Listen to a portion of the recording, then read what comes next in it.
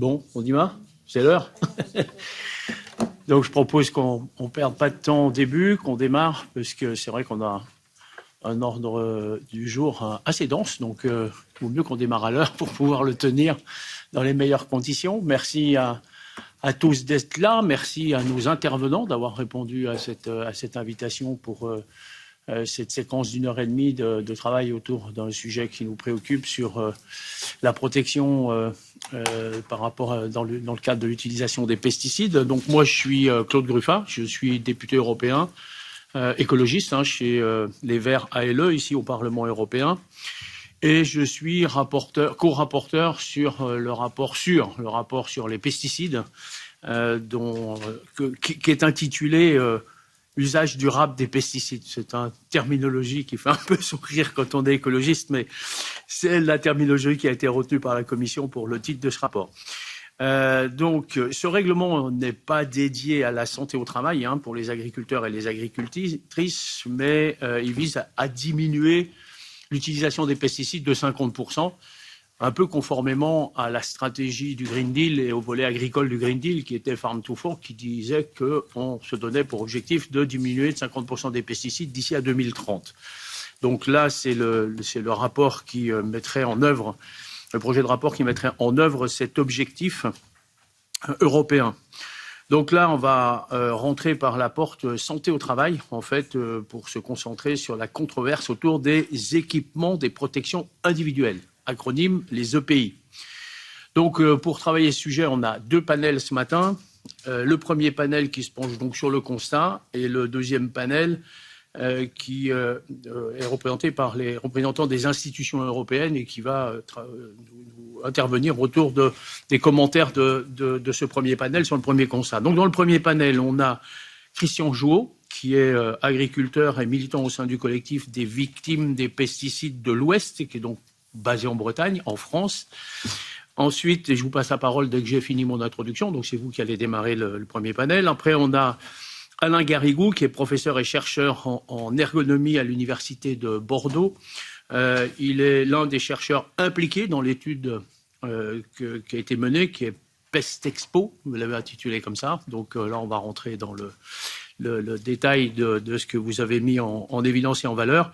Et dernier intervenant de ce premier panel, Stéphane Aurel, qui est journaliste pour Le Monde et qui a publié, elle, une enquête l'année dernière sur les EPI, donc sur ces équipements de protection individuelle. Le deuxième panel, il est composé de Enrico Somaglia, qui est secrétaire général adjoint de la Fédération européenne des syndicats de l'alimentation et de l'agriculture et du tourisme, un long acronyme, les FAT, et il s'exprime en ligne.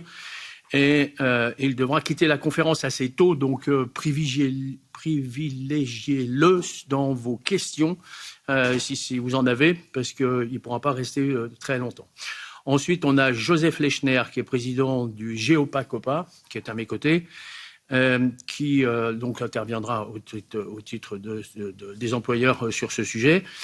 Ensuite, on a Zinta Podnieks, qui est analyste des politiques de la Commission européenne et qui interviendra elle aussi en ligne.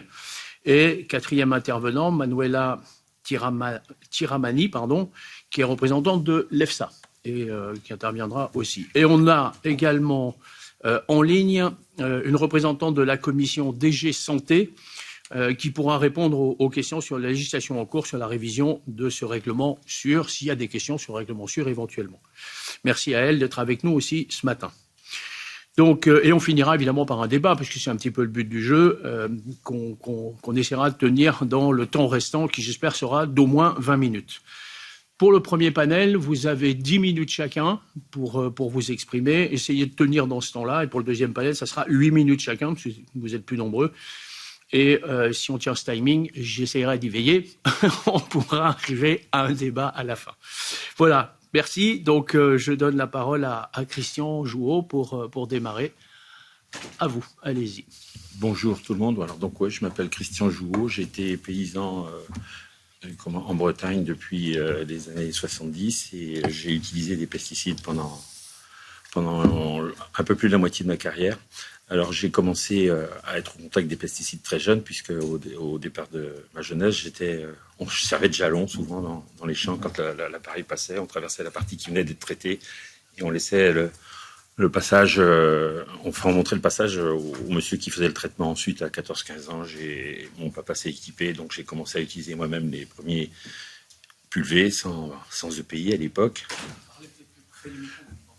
D'accord. Alors, sans EPI à l'époque, bien sûr, sans équipement de protection individuelle.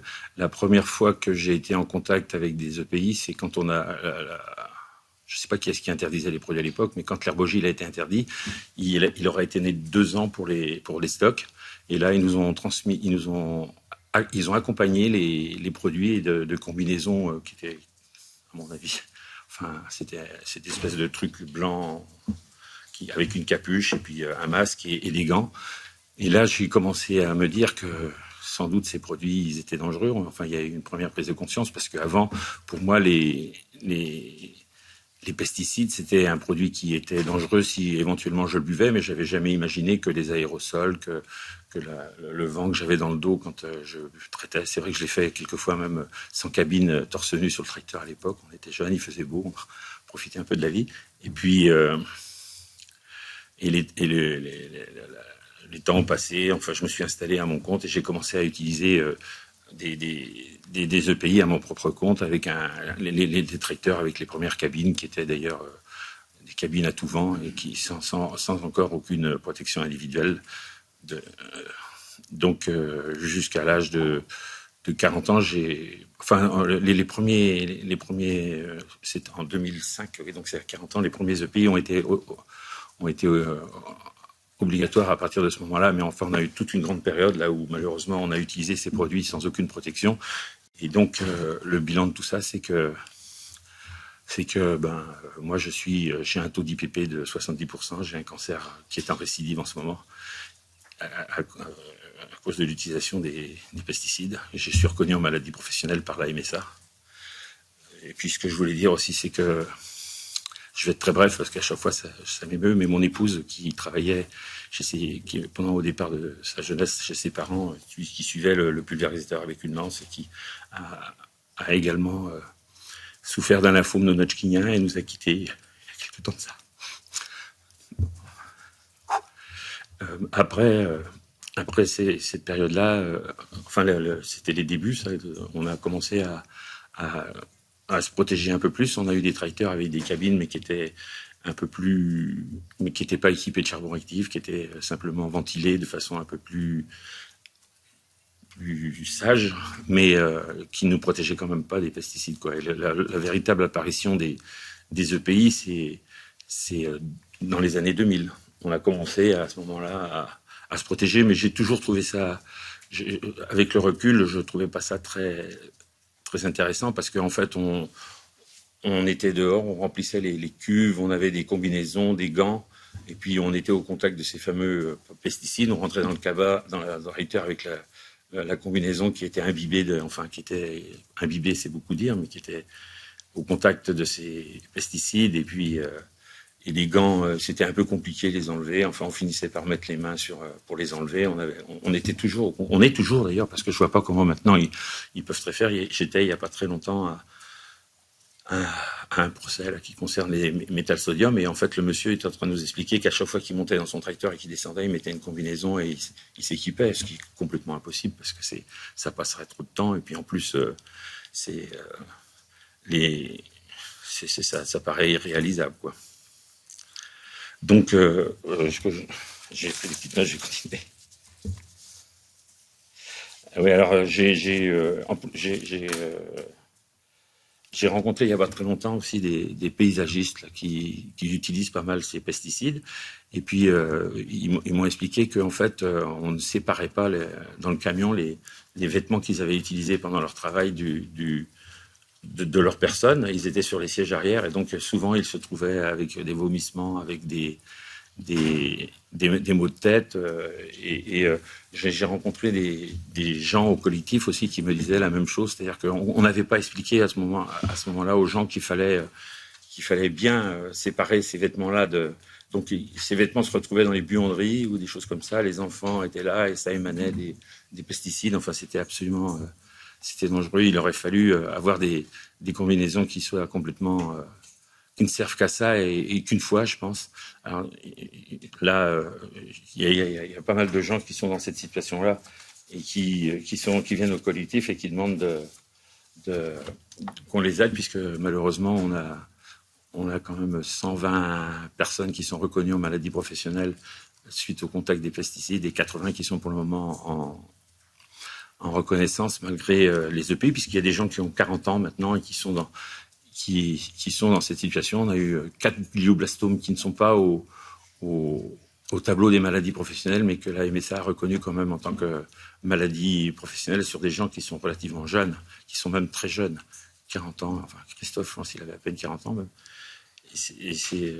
Enfin, visiblement, il n'y a pas d'autre raison que les pesticides pour les avoir rendus malades. Et quand vous donnez ces chiffres des gens que vous recevez, ça veut dire que vous constatez une augmentation des gens qui arrivent et qui viennent voir le collectif ou Oui. Enfin, alors surtout depuis qu'on a réussi à faire reconnaître les cancers de la prostate comme maladie professionnelle, là on a énormément de monde.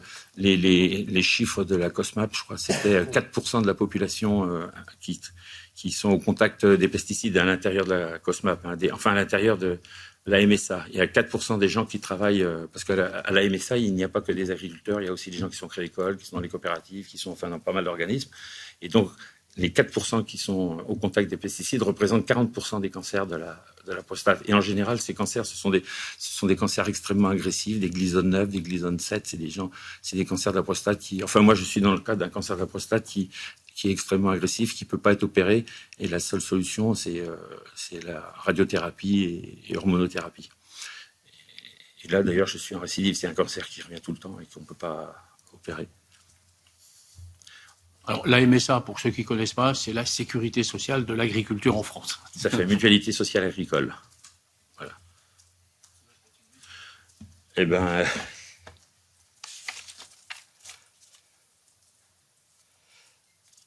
Oui, alors après, j'ai parlé un peu aussi, j'ai noté un peu des choses sur le certifito. J'ai un peu peur que ce certifito, il serve plutôt, alors les gens... C'est quelque chose qui est fait très rapidement. Le certifito, pour les gens qui ne savent pas, c'est l'agrément que les gens obtiennent pour pouvoir utiliser des pesticides, pour conduire des tracteurs et utiliser des pesticides. C'est une formation qui se passe sur 1 journée et demie et qui donne le droit après d'utiliser des pesticides. Et les recommandations que j'ai vues dans le certifito me paraissent pas réalisables. C'est-à-dire que les gens qui sont au travail ne peuvent pas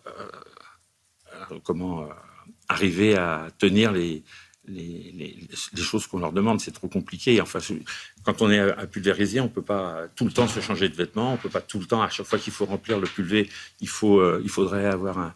Et puis après, il y a Pardon ? Non. Et après, il faudrait avoir des appareils qui soient équipés, qui permettent d'accéder à ces produits sans qu'on ait besoin de descendre. C'est quasiment impossible. Les gens qui utilisent les pesticides, pour moi, même malgré les EPI, sont en grand danger parce que d'abord, maintenant, il a été démontré qu'il y a des molécules qui passent au travers des plastiques, qui passent au travers des combinaisons et donc, quand on est dans une cabine, en général, même si on ventile, il fait assez chaud. Donc, si on a beaucoup de vêtements, on transpire. Si en plus on garde les fameuses EPI, on a très chaud et on transpire et on a les pores qui sont ouverts. Les pesticides qui sont utilisés, je vous disais, sont très performants, traversent ça. Et puis, on est dans un bain de ces saloperies, quoi.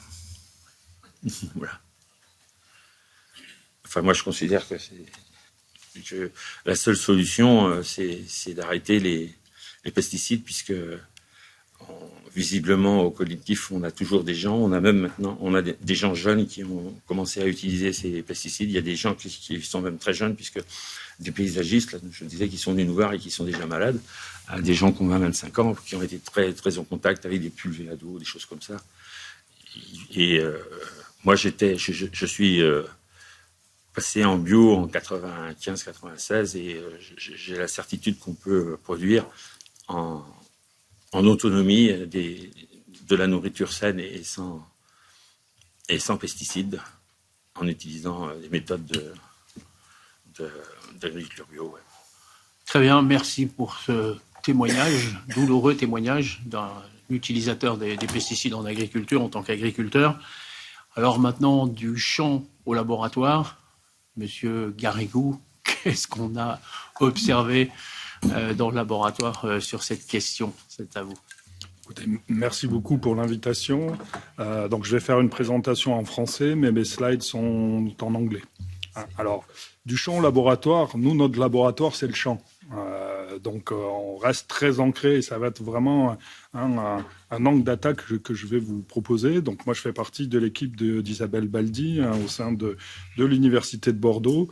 Et donc, nous avons, depuis plus de 20 ans, mené des études en champ sur l'exposition des travailleurs agricoles aux pesticides. J'y reviendrai un peu plus dans le détail. Alors, je vérifie juste, voilà. Alors, juste pour remettre dans le contexte, en France, depuis une dizaine d'années, il y a eu 3 rapports rédigés par des chercheurs publics qui ont attesté des risques et des atteintes à la santé concernant l'usage des pesticides, avec en particulier les risques en termes de maladies neurodégénératives, en particulier Parkinson, certains types de cancers, bien entendu, les myélomes dont on a parlé, je ne rentrerai pas dans le détail. Donc ça, ce sont des choses qui sont attestées. Et je voudrais positionner la question des équipements de protection contre l'exposition aux pesticides dans ce contexte-là, puisque c'est un enjeu majeur en termes de santé. Et c'est aussi une responsabilité qui pèse sur les employeurs.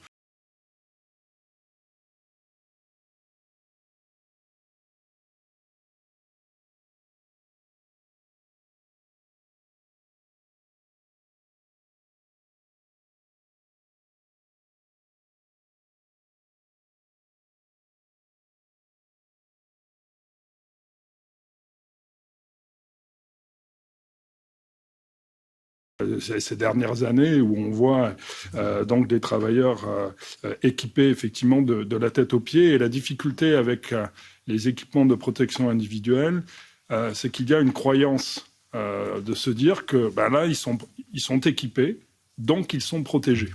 Et ce que je vous propose de discuter, c'est que c'est plus complexe que cela. Et c'est pas parce qu'on est protégé, qu'on porte des équipements de protection individuelle, qu'on est totalement protégé et protégé dans la durée. J'y reviendrai par la suite. Alors, je le disais, les équipements de protection individuelle, ils ont un statut spécifique en matière de prévention. Et il est dans le règlement et la directive européenne de 89, les équipements de protection individuelle sont considérés comme la dernière ligne de défense dans les stratégies de prévention, puisque la première est de supprimer le danger à la source, la deuxième c'est de passer par des équipements de protection collectifs, et le troisième niveau c'est de porter des équipements individuels. Et donc cette question-là, d'un point de vue juridique, elle présente un certain nombre d'enjeux, on y reviendra peut-être dans la discussion. Alors, si je rentre maintenant sur ce que je voudrais essayer de discuter, c'est le rôle de ces équipements de protection individuelle dans l'autorisation et la mise sur le marché des pesticides. Puisque, en fait, c'est une pierre angulaire de l'autorisation de la mise sur le marché, puisqu'à partir du moment où les modèles toxicologiques font apparaître qu'il y a un risque pour la santé, eh bien, ces équipements de protection individuelle ne peuvent être, ces pesticides ne peuvent être mis sur le marché que si il existe un équipement de protection censé les protéger.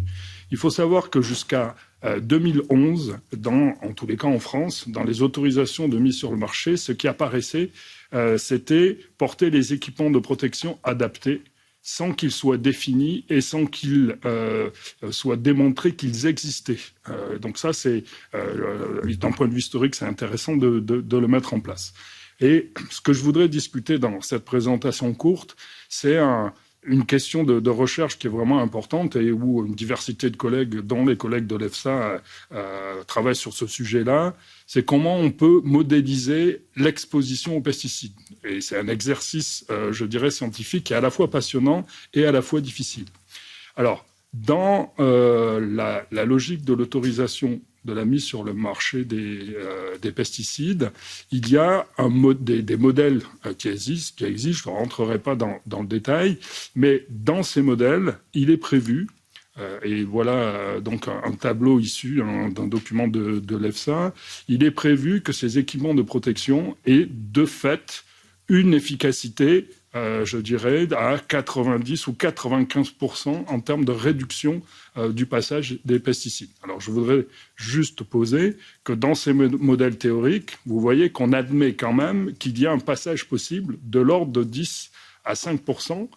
Et donc, il n'y a pas, je dirais, dans les modèles, déjà, dès le départ, et c'est très juste, le fait que ces équipements de protection vont protéger à 100%. Ça, c'est un premier point. Et donc, ce travail de modélisation, il est important dans l'autorisation de la mise sur le marché. Et il y a des enjeux je dirais, à enrichir forcément ces modèles au fur et à mesure que les connaissances se produisent. Et c'est dans cette optique-là que je porte la discussion. Alors maintenant, ce que je voudrais pointer, c'est que dans la discussion sur les modèles, il y a deux approches qu'il faut intégrer. Il y a une approche qui est portée, en tous les cas, par les acteurs industriels qui proposent la mise sur le marché des pesticides, où on va être sur des études qu'on qualifie de contrôlées. C'est-à-dire que ces acteurs vont intervenir à un moment donné défini dans le traitement d'une culture, avec un matériel imposé, avec des équipements de protection imposés, neufs qui sont changés, avec des procédures à suivre, avec, je dirais, des techniques spécifiques qui sont imposées.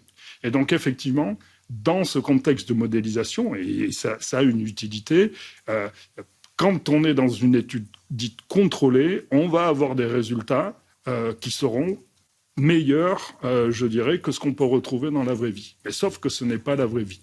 Et donc, nous, nos recherches, elles s'inscrivent, je dirais, dans la partie basse du diaporama, dans des recherches qu'on qualifie de non contrôlées, c'est-à-dire que nous n'imposons pas une manière de faire particulière, un équipement de protection, et si les gens ne se protègent pas, on ne va pas imposer un équipement de protection, on part de la réalité des gens, avec les difficultés à droite pour accéder sur le haut d'un pulvérisateur, je dirais, porté, pour vérifier le niveau de remplissage dans une cuve de pulvérisateur tracté. On part de la vraie vie telle qu'elle est rencontrée, telle qu'on l'utilise en ergonomie. On est à 7 minutes pour info. OK, non, mais c'est bon pour moi. Et donc, à partir de là, nos études ont essayé de mesurer l'exposition qu'on pouvait retrouver sur la peau des agriculteurs, puisqu'il faut savoir que 90% du passage des pesticides dans le corps se fait par la peau. Donc cette étude est issue de 72 jours de travail de terrain. Quand je vous disais que notre laboratoire, c'est le terrain, nous, on a les pieds dans les bottes et les bottes, je dirais, dans le terrain. Et vous voyez que ce qui a été étonnant dans cette étude, c'est qu'on a comparé, donc on posait des patchs sur la peau pour mesurer le dépôt des pesticides sur la peau, que ce soit des gens qui ne portaient pas d'équipement de protection, et donc là, le patch était à l'air, ou sous les vêtements de protection, s'ils en portaient. Et cette étude, en conditions non contrôlées, c'est bien ce que je souligne, elle montre que globalement, pendant la préparation, en médiane, il y avait à peu près le même niveau de contamination, que pendant l'application, ceux qui portaient des équipements de protection étaient plus contaminés, quasiment un facteur de 2, que ceux qui n'en portaient pas. Et pendant le nettoyage, vous voyez, on est quasiment dans un rapport de 3. Pourquoi ? Parce que ces équipements-là ne sont pas changés tous les jours, ils ne sont pas forcément nettoyés et il y a de fait des produits qui vont passer au travers des vêtements par perméation. Et donc un enjeu majeur qu'il faut discuter, c'est de ce phénomène de perméation qui est un passage au niveau intramoléculaire des composants du pesticide au travers du matériau de la combinaison. Et là, on est sur une réaction chimique spécifique. Et donc, je voudrais conclure en disant qu'il n'existe pas d'équipement de protection générique qui protégerait de tous les pesticides parce que c'est à chaque fois une relation, je dirais, duale.